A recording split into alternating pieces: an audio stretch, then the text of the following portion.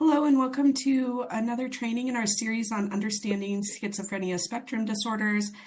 Today, we're going to talk about course and outcomes and what that looks like in the context of a person.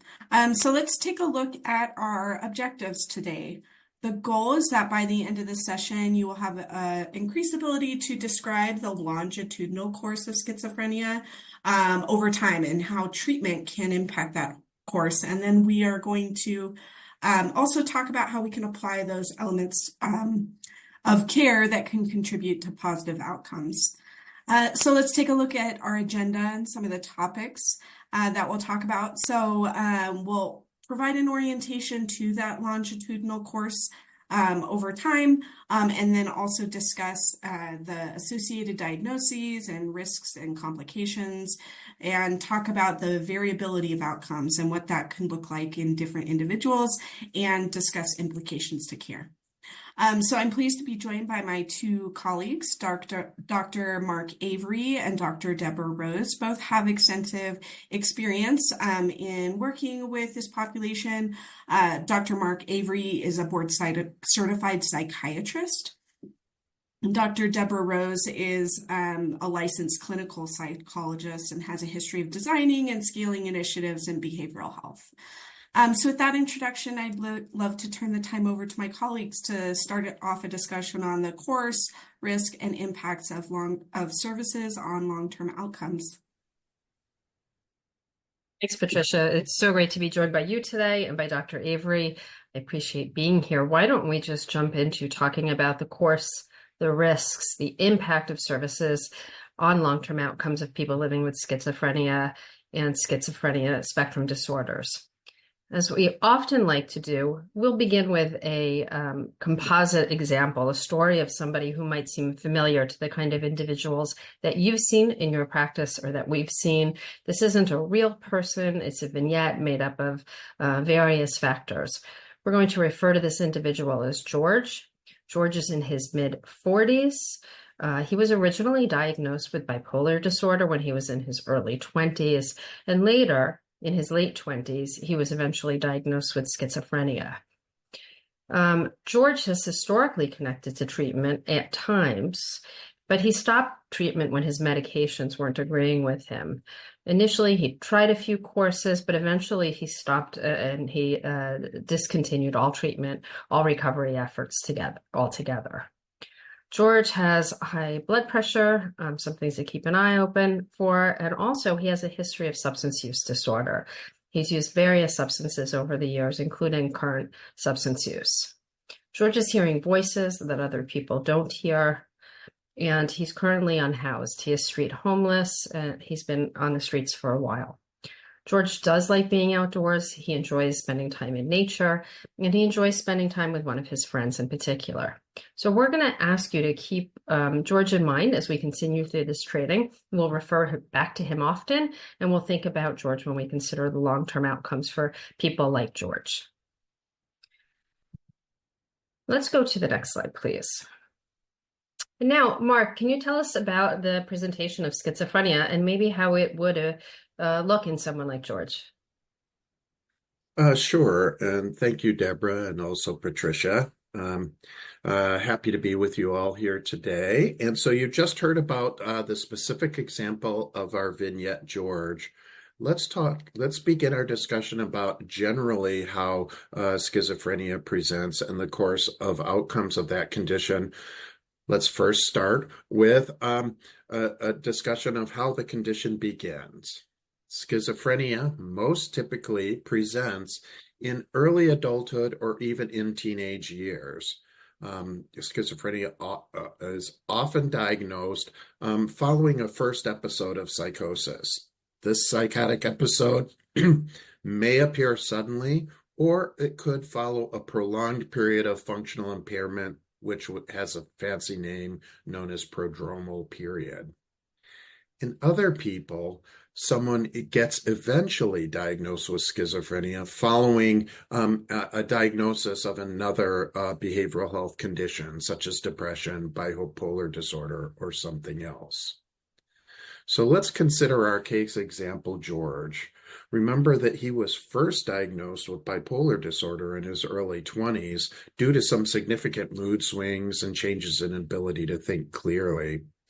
Later, as his course of symptoms continued to progress, he was eventually diagnosed with schizophrenia in his late 20s after an acute episode of psychosis. Could I have the next slide, please? So what does the course of illness of schizophrenia look like over time? As you see here, a graph of symptoms of severity on the vertical axis and time over years horizontally. Well, first of all, the experience of schizophrenia is highly variable between persons, and it's hard to make generalizations.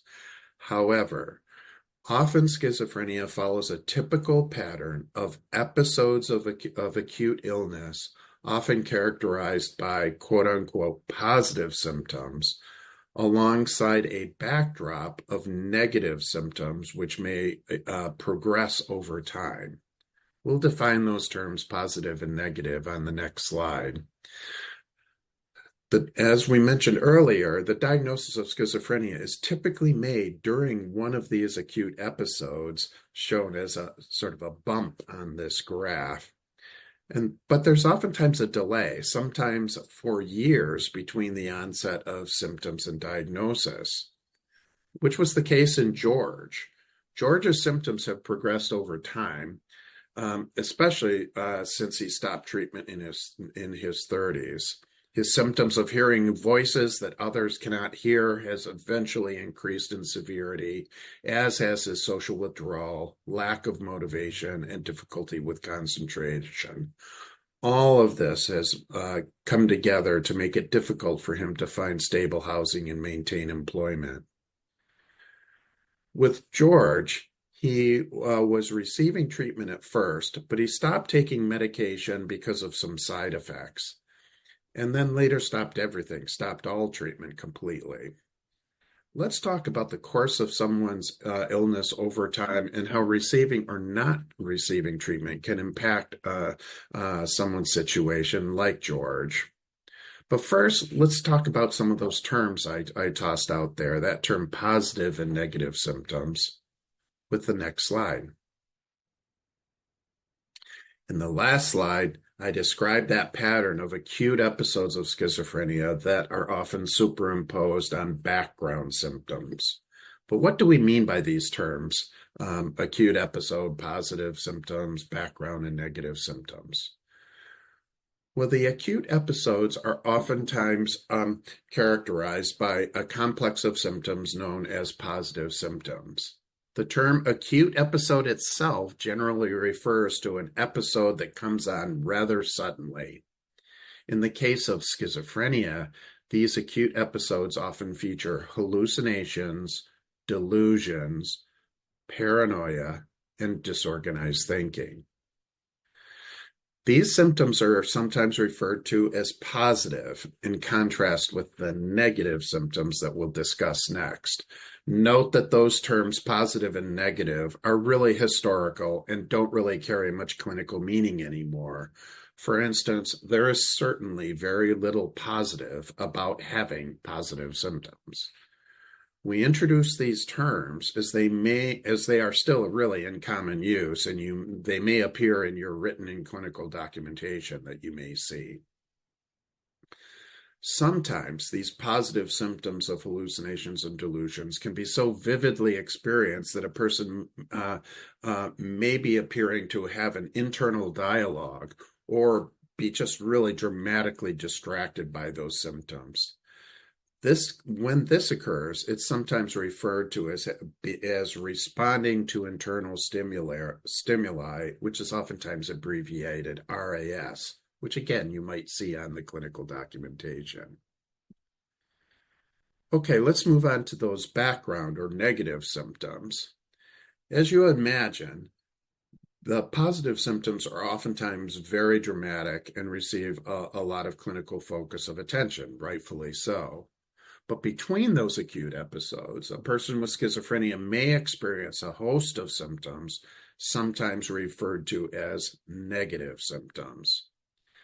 As with the term positive, the term negative is historical and doesn't really mean anything anymore. And it certainly shouldn't be interpreted to mean anything derogatory or negative about the person who's experiencing them.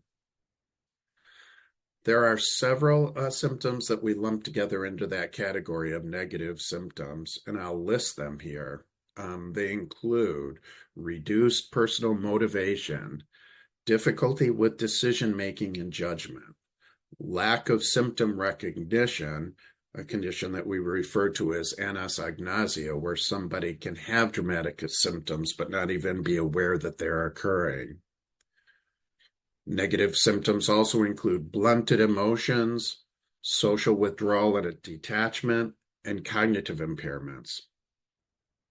Though these negative symptoms are oftentimes less dramatic than the positive symptoms, they're actually more strongly correlated with longer-term functional challenges, functional impairments, and even disability, and they can progress over time, so they need careful attention as well. Also, another term, these background symptoms are sometimes referred to as the, quote, chronic, unquote, symptoms of schizophrenia.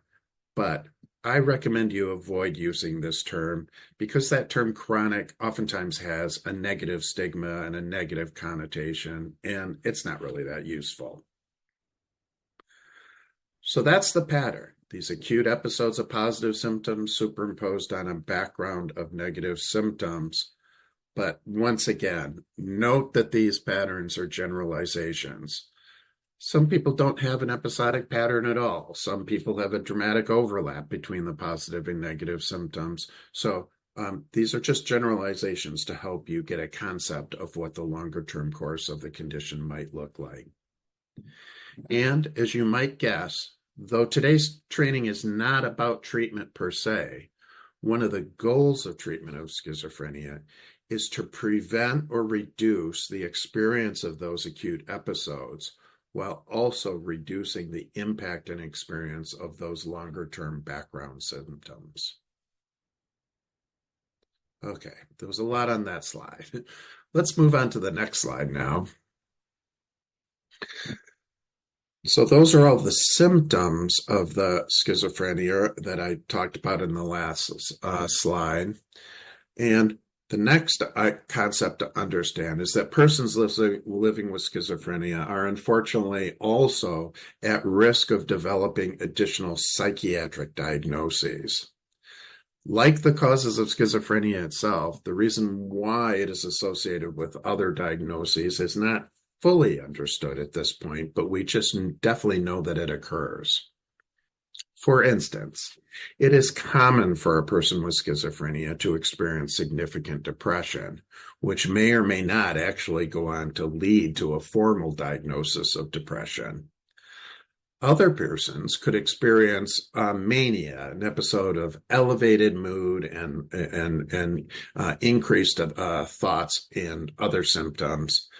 They may experience mania along with their condition, which could even lead to an additional diagnosis of bipolar disorder. The depression or mania could overlap with the symptoms of schizophrenia, and if that overlap is significant, then the person's diagnosis may be changed to yet another name called schizoaffective disorder, which is one of the other CARE Act eligible diagnoses. But there are other behavioral health conditions that a person with schizophrenia may be at risk for.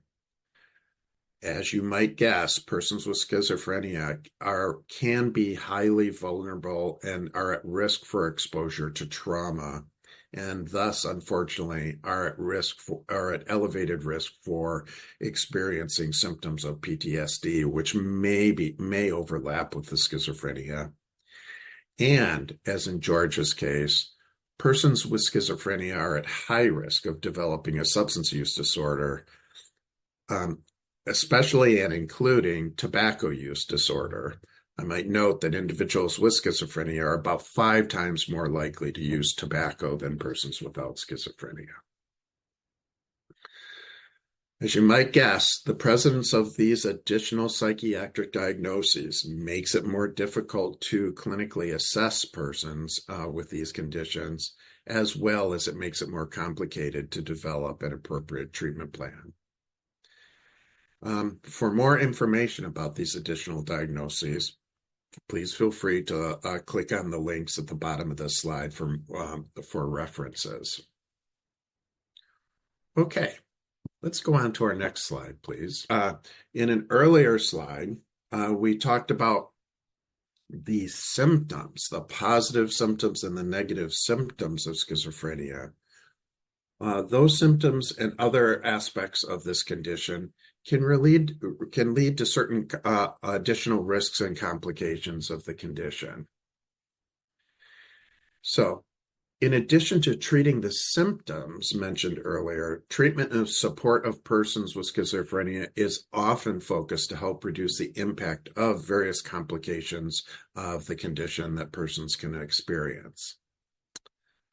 Perhaps top of the list, as I mentioned earlier, individuals with schizophrenia can experience significant depression with or without a formal separate diagnosis of this condition, and that oftentimes requires special attention. People with schizophrenia oftentimes also can demonstrate reduced self-care and begin to appear to neglect basic elements of their personal needs, such as eating a healthy diet, maintaining personal hygiene, and generally maintaining their overall health. Persons with schizophrenia are generally at higher risk of suicide as compared to the general population, with an overall risk of about 10% over the lifetime. I'd like to note that the risk of suicide is highest in younger persons, closer to the time of their diagnosis, so young persons and young adults with schizophrenia. Persons with schizophrenia also tend to demonstrate a pattern of social detachment by letting go of important relationships with family, friends, and other supportive persons in their lives. This is oftentimes a very important and very helpful aspect of how we can help persons to maintain or even restore relationships and build on relationships that they have now or could potentially build on going forward. Unfortunately, homelessness is also a potential complication of experiencing schizophrenia. In some studies cite figures as high as 20 to 25% of homeless populations may be among persons who are experiencing schizophrenia and related conditions. And similarly, persons with schizophrenia can interface with the justice and incarceration system. One final concern is the long-term medical health risks of persons with serious mental illnesses, including schizophrenia. And what we know is persons with these conditions oftentimes experience a dramatically reduced life expectancy due to complications of things that are often treatable, such as diabetes, weight gain, high cholesterol, and other cardiovascular illnesses. So we tend to think about things like, a person with schizophrenia could experience accidents, could potentially have suicidal ideation or suicide attempts, and though that is true, it's also true that they have these risks of health conditions as well. So thinking about George, as we mentioned in the vignette a little bit, he's facing things like social detachment, dealing with homelessness, and reduced self-care. And as George participates in the care process, it's helpful to understand the full context of George's diagnosis and additional complications. Understanding all of these can help all members of the care team, including courts and counsel, to identify and eliminate biases that might be triggered by these diagnoses and to identify helpful interventions that would be most helpful to George. Okay, on our next slide now. So what is the long-term outlook or prognosis for someone who's diagnosed with schizophrenia or related condition? Well, first of all, the general public oftentimes has a very skewed impression and an excessively dismal view of the overall outcome of a schizophrenia diagnosis. Though it is a serious diagnosis, the overall outcomes are not as dismal for everyone as is often believed. For instance, in a recent systematic scientific review that looked at many other scientific studies, the investigators found that after 20 years or more with schizophrenia, with a person likely going both in and out of treatment, about 25% of persons with schizophrenia had substantially recovered. By that I mean nearly normal social functioning, having an independent life, and having no psychotic symptoms over an extended period of time. About 1/3 had a good or better outcome. That is, they maybe still had symptoms, but they were mild and had no more than mild or minimal functional impairments. So in total, about 60% had a moderate or better outcome after a diagnosis of schizophrenia. So prognosis is good for many people. This unfortunately does leave, however, about 40% of people with poorer outcomes. That is, serious symptoms and maybe ongoing need for pretty significant supervision. And those persons who are eligible for CARE Act likely fall into this category. On this slide as well, there are links at the bottom of the slide for more information if you'd like to investigate this topic a little bit further. Okay, so moving on to the next slide. So how can we have an impact, a meaningful impact on the natural course of schizophrenia and related conditions to help persons with those conditions lead more comfortable and more meaningful lives? Though this is not a presentation on treatment per se, it is important to emphasize that there are many evidence-based treatments that are available and that have been shown to impact the lives of persons with these conditions. Again, lots of links at the bottom of the slide are available if you would like to investigate this topic more. But let me just say that treatment has been shown to have a beneficial effect on long-term outcomes for sure. Persons who are offered and adherent to treatments generally have much better outcomes. In general, those persons with longer duration of untreated psychosis are generally associated with poorer overall outcomes. The opposite is true, is that in general, it's been shown that people who are taking antipsychotic medication in particular experience a lower death rate. As mentioned earlier, one of the two main strategies of treatment is to reduce, delay, or prevent the experience of acute episodes of schizophrenia. One of the many reasons for this is because the experience of more episodes or more severe episodes of schizophrenia is associated with poorer long-term outcomes. Okay, on the next slide, we'll talk more specifically about how the CARE Act program itself can help to impact the outcomes of schizophrenia. And with that, I'd like to hand the microphone back to my colleague, Deborah Rose. Thank you, Mark. I really appreciate the great information that you've been sharing. Let's talk a little bit, as you said, about how CARE can help individuals like George, those who are living with schizophrenia. There's some great content on this slide. I'm going to talk about leveraging the state's investments in behavioral health and homelessness prevention so that CARE can offer comprehensive services and wraparound supports, other services to individuals like George who are living in the community with schizophrenia. CARE adds yet one more option to the continuum of care, and the goal is to help increase stability, move towards recovery, and thrive in community-based services. So what are some of the specifics regarding how CARE can help support individuals? Certainly trauma-informed outreach and engagement.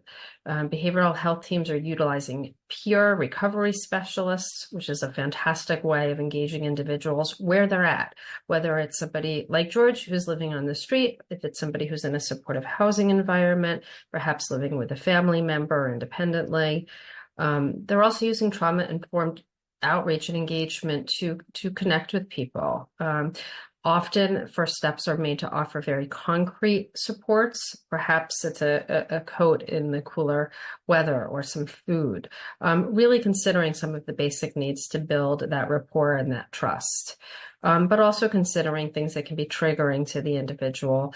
And so working to ensure a initial engagement based on safer contacts and outreach.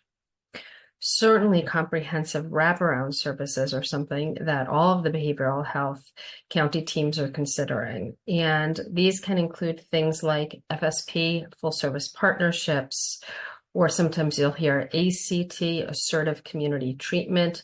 These are like clinics on wheels. And essentially it means that a team of professionals, maybe a psychiatrist, social worker, nurse, peer support recovery specialist, a benefits and entitlement person, will work together to meet with the individual in the community, regardless of that person's residence.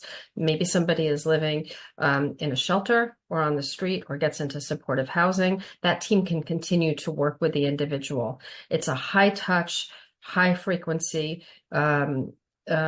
model that multiple team members will work with the individual over the course of a month to outreach, to engage, and to provide very concrete services.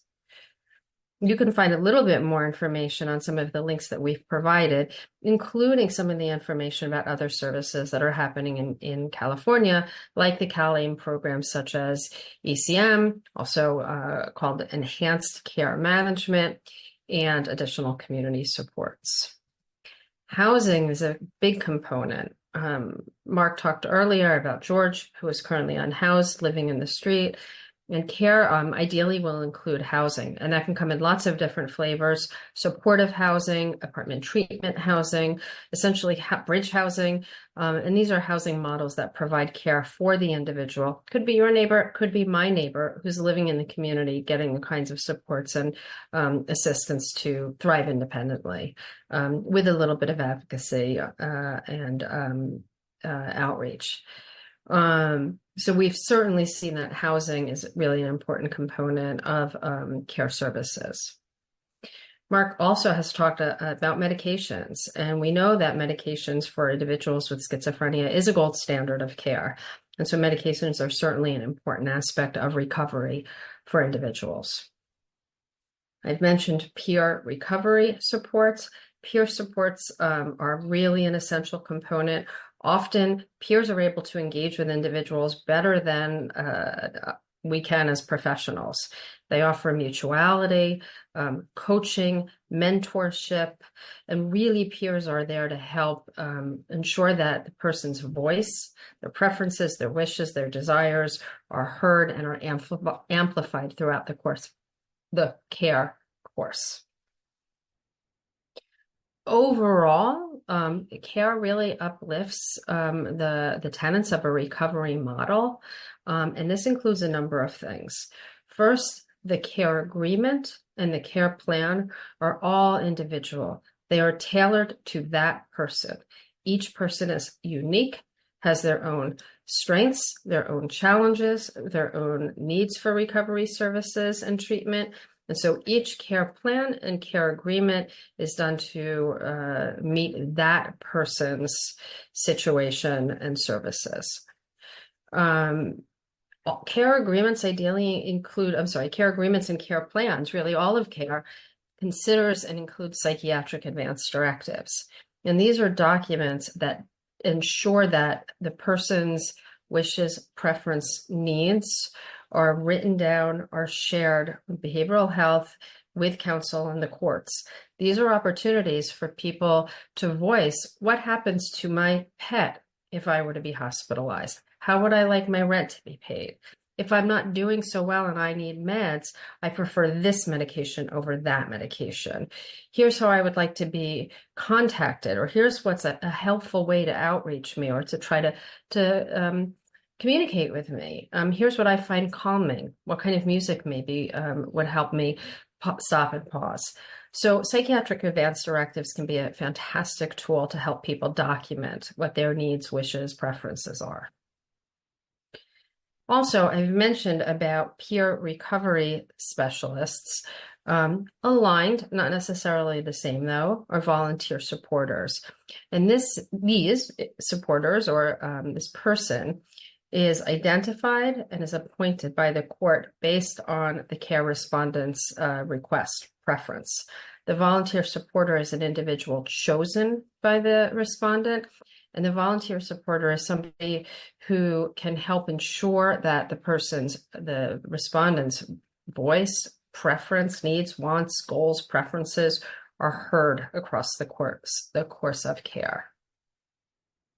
Interestingly, is that CARE not only offers services, but it holds counties accountable to provide these services.